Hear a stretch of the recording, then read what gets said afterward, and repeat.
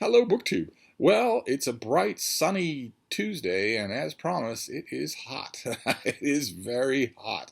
It's a whole lot less humid than it was yesterday. Yesterday, the humidity was in the 90s, 90% humidity, which is inescapable, even in air conditioning, and is incredibly demoralizing. There's no way to cool off. There's no way to get comfortable. When it's Bolivian jungle humid, there's no way to do that. And that humidity by mid-morning today had dropped by 50 points. It's in the low 40s. So uh, it's a dry heat, I believe is the phrase. But nevertheless, the temperature is going up today right to the threshold of 90 degrees Fahrenheit. And for the rest of the week, it will clear 90 degrees Fahrenheit. I don't think that's going to change until this time next week, a full week from today. Uh, so it's a time for cautious dog walks, short excursions outside. Make sure that when you go outside, you are not overexerting yourself. Make sure that you are wearing light-colored clothing. Make sure that as much of your skin is covered as possible. It might not seem normal to be wearing long-sleeve shirts and long pants in weather like this, but you should do it. You should absolutely do it. And of course, the number one piece of advice you're going to get from everybody, and maybe I wouldn't have stressed it, 2 years ago, is hydrate. It was only when I went up to the Richardson family up in Vermont and I got one of those water bottles that you see people swigging from sometimes on camera on BookTube. I got one of those and thought, I'll give it a try. And oh my, staying adequately hydrated, oh my God. It makes you feel just so much better. On a day like today, it's absolutely essential. Just keep in mind the two standard yardsticks. If you're thirsty, you're already dehydrated. And your pee should be lightly tinged with yellow. There should be a bit of yellow discernible in it. The uric acid should be making it slightly yellow when it hits the air. If your pee is bright yellow, you are dehydrated. so just a pair of yardsticks there. I am taking it very easy, and I am greatly encouraged in that by the fact that I don't go anywhere. I ran errands this morning, but I don't have a 9 to 5 job to punch in for. I'm not forced to go out and hit the pavement or anything like that. Thank God. And I got mail while I was out doing errands. I got mail. I got for instance the Martha's Vineyard Gazette, the newspaper for the island of Massachusetts, or the island off the coast of Massachusetts, Martha's Vineyard, and on the inside there is a book review by yours truly of Funny Business, a new biography of the Washington Post humorist Art Buchwald, who was a longtime vineyard resident and who wrote a column 3 times a week that everyone read. Everyone liked it. It was gentle political satire of a type that you absolutely could not write today. Buchwald, if you transported him to Capitol Hill today, would be absolutely appalled. In fact, he'd be terrified. He would run out of town. He wouldn't walk out of town. He would run out of town. There's no possibility of humor in Washington in 2022. But for a long time, during very contentious times, what was considered contentious times in the United States, it was possible for his column to be funny, and people loved it. And I got this biography and wrote it up right away for my editor. It was always great to see. It's always great when, like for instance, I only have 2 periodicals today, and I'm in both of them, and that's nice. That's always nice. The other one is the Bedford Times Press, where I have a weekly book column that it can also appear in your local town newspaper. Keep in mind, if you do Little League with the editor of your local town newspaper, or you're a church group or the PTA, feel free to let them know that my book column is available for them as well. It's not an exclusive deal to the Bedford Times Press and the Lenox Timetable in Iowa. Your local paper can also run it. It's general interest book stuff. It's not always book reviews or even specific titles. It's just a column on general interest book stuff. Been doing it for a while, and for a long, long time ago, I also did it for a long while. So I know what I'm doing, and it's enjoyable. It will liven up your local newspaper. So feel free to drop a word in the right mind, in the right set of ears. But then we've got mail. We've got 3 packages here, including a box. So let's see what we have here. Let me look over at my work shelf here. What I am looking for is August finished copies. So let's see if we do, if we have that. Oh my, okay, no. This first one is an advance copy from the folks at Farrar, Straus & Giroux.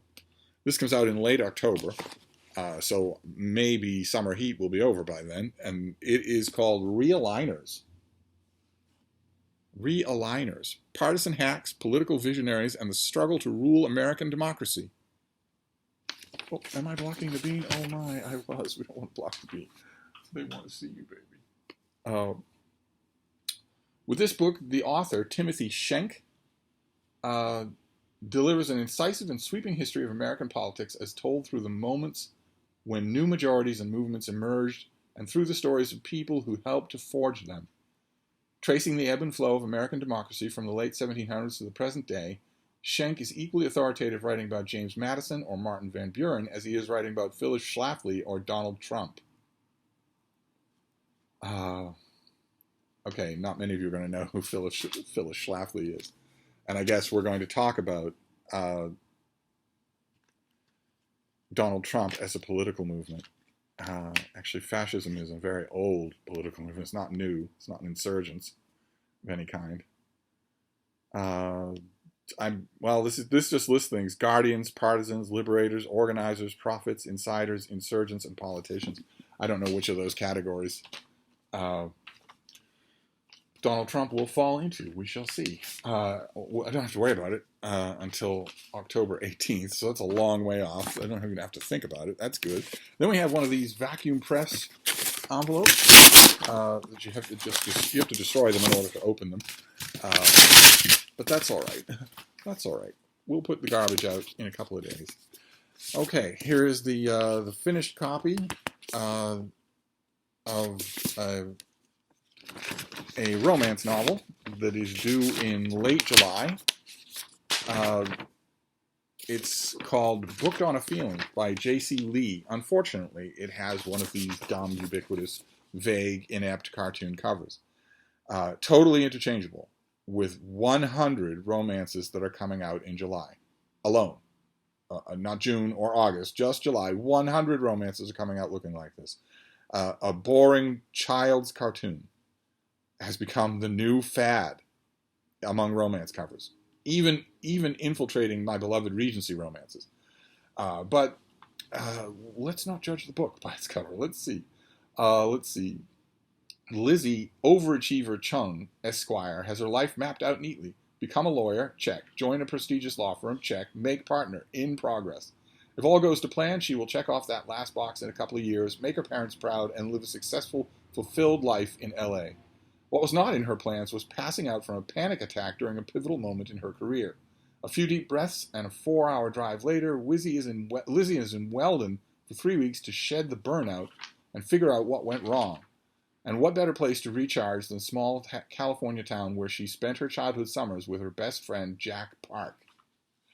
And then romance ensues from there. We got an advance copy of this weeks ago. This is a July release. Yes? Yeah, late July, end of July. And I read it. And it's energetically written. It makes the same fundamental mistake that a lot of these kinds of working girl books do, which is that it gives us the main character, Jenny, is not a workaholic. She's an asshole.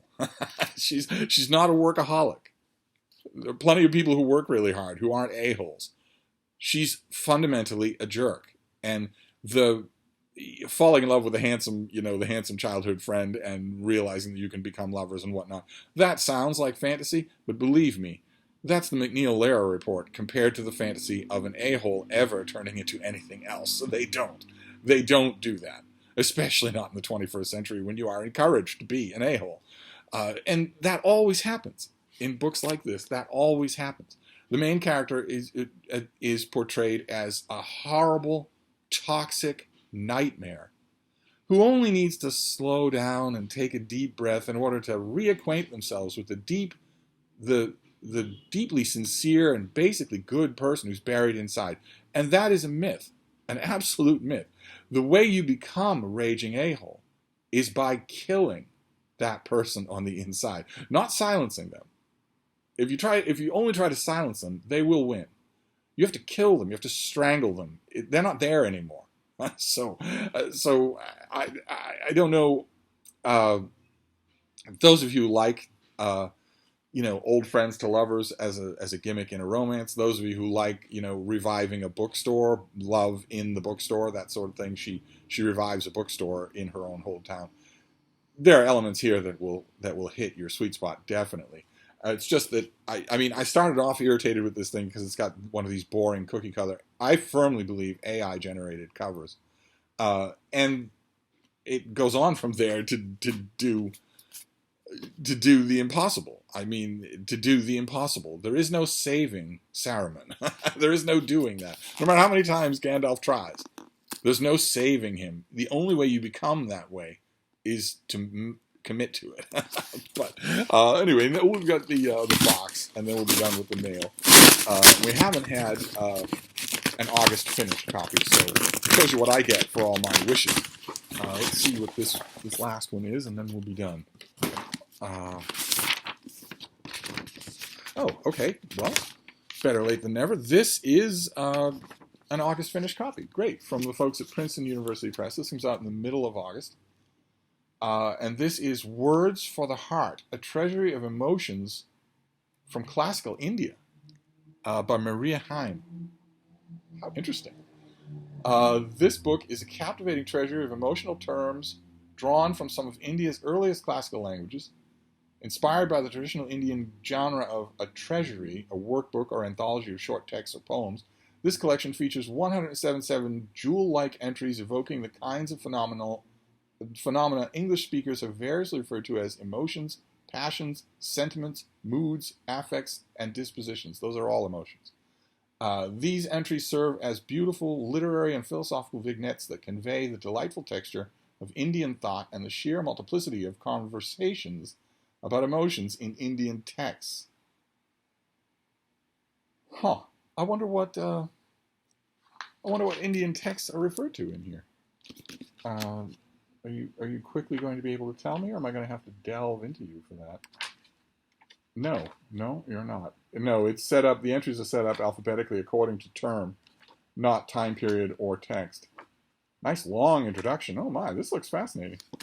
Okay, all right, great. So totally unexpected, but that is our third book, and that is indeed an August finished copy. So we have this thing, Words for the Heart. We have Booked on a Feeling. This is the finished trade paperback of a July release. And then finally something for the autumn, or for something only a couple of weeks before the November midterms here in the United States, which are coming right up, right? It's mid-July now, so they still feel a long way off, but they are coming right up.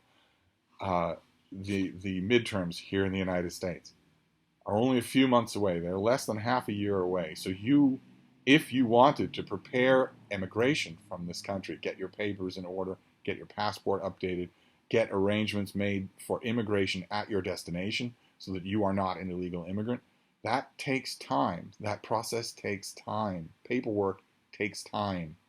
If you leave it, you're going to be faced with two alternatives. Stay in the country that starts to happen in the November midterms, or become an illegal immigrant. Dash away without any preparation. This book, this lighthearted little romance, comes out just a few weeks before the November midterms. And then finally, Realigners, which is entirely about, you can talk about Madison and Phyllis Schlafly all you want. The book is entirely about Donald Trump. It wouldn't have been written if he hadn't existed and promulgated a Muslim ban and put children in cages at concentration camps on the southern border, and then instigated and organized and then incited a violent insurrection to overthrow the government and install himself as a dictator for life. this book would not be written if he hadn't done all of that. If he had stayed a failed television host, then that wouldn't have happened.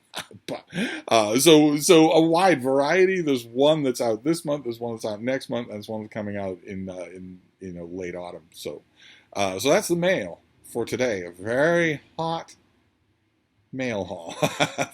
Sooner or later, you can see the bean is not comatose. She is active. She is looking around and futzing a little. And that is usually a sign that she's getting ready to ask to go outside.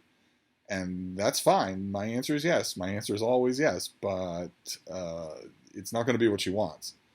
In her mind, what she wants is to go out and walk for 40 minutes. And I want that too. But there's no way that can happen. 10 minutes at the most. 10 minutes at the most. And that's just today. God only knows what tomorrow and Thursday will be like, where not only will it be soaringly hot, 10 degrees hotter than it is right now, but also the pavements will have had a chance to superheat and almost no chance to dissipate that heat. So it's not as bad as a lot of the rest of the country and a lot of the rest of the world is dealing with, so I'm not complaining. It's just going to require me to be a little bit of a bad cop with my little bean. I don't like to do that. I like to give her anything she wants, but that's not going to happen this week. But anyway, the mail will still come through. So I will wrap this up for now, and I will see you soon. Thank you, BookTube.